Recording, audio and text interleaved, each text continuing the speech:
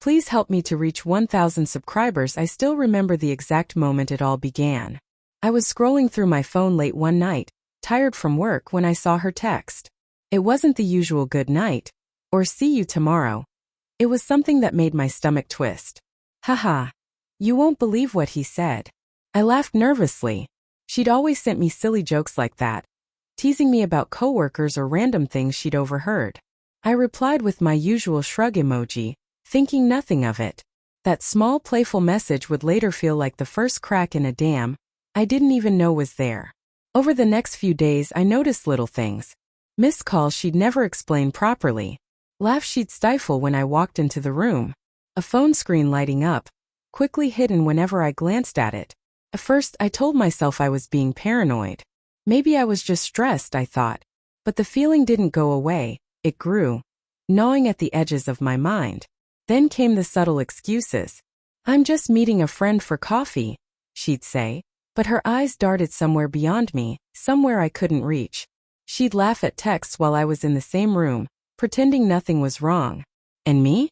I questioned myself constantly. Was I imagining things? Was I overreacting?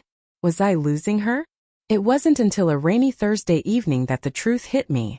She'd left her laptop open when she went to the kitchen, and a message popped up on the screen. One of those messages that makes your chest seize before your brain can even process. I can't wait to see you tonight. I've missed you. I froze. My hand trembled, hovering over the keyboard. The name attached to the message was someone I didn't know. Someone outside our life together. My heart hammered, my mind racing between disbelief and rage. This couldn't be real. She'd never. Or had she? I spent the rest of the night piecing things together. Every small memory replayed in my head with a cruel twist. The random phone calls, the whispered laughs, the late nights at work. Moments that once made me smile now stung like tiny knives. Every hug, every kiss. It all felt like it had been carefully rehearsed, a lie I'd been too blind to notice. When she finally came back to the room, drenched from the rain, I confronted her. My voice was low, shaking with anger and fear. Who is he? I asked, trying to keep it steady. She froze, eyes wide, and I saw the guilt before she even spoke. I didn't mean for you to find out like this, she whispered. I thought it was just harmless. Just fun. The word fun echoed in my head. Fun. While I was building a life with her, she was playing games behind my back. I wanted to scream, to hit something, to vanish from the world. Instead, I sat there numb as she tried to explain herself, her loneliness, her doubts, the thrill of something forbidden.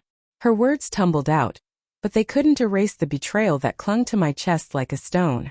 We talked for hours that night, though it wasn't really talking. It was unraveling.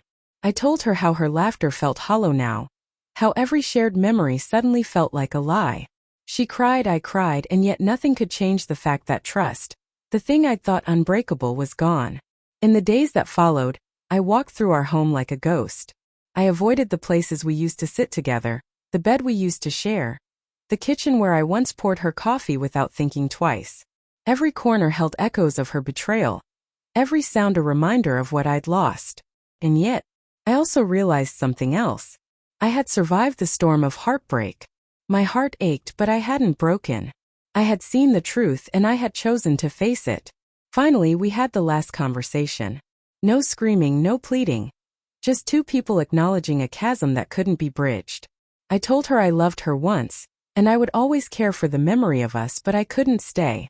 She nodded, tears streaming down her face, and for a moment we were just human, painfully honest. Walking away that night, I didn't feel free. I felt hollow. But as the door clicked shut behind me, I also felt the first stirrings of something I hadn't felt in weeks. Self-respect. I realized that sometimes what we think is a joke, what seems harmless, can shatter everything we hold dear. And sometimes surviving that moment, owning it, and choosing yourself is the only way to truly begin again. I still remember that first text, the one I laughed off. It wasn't funny at all. It was the moment everything changed, and it was the moment I started reclaiming my life.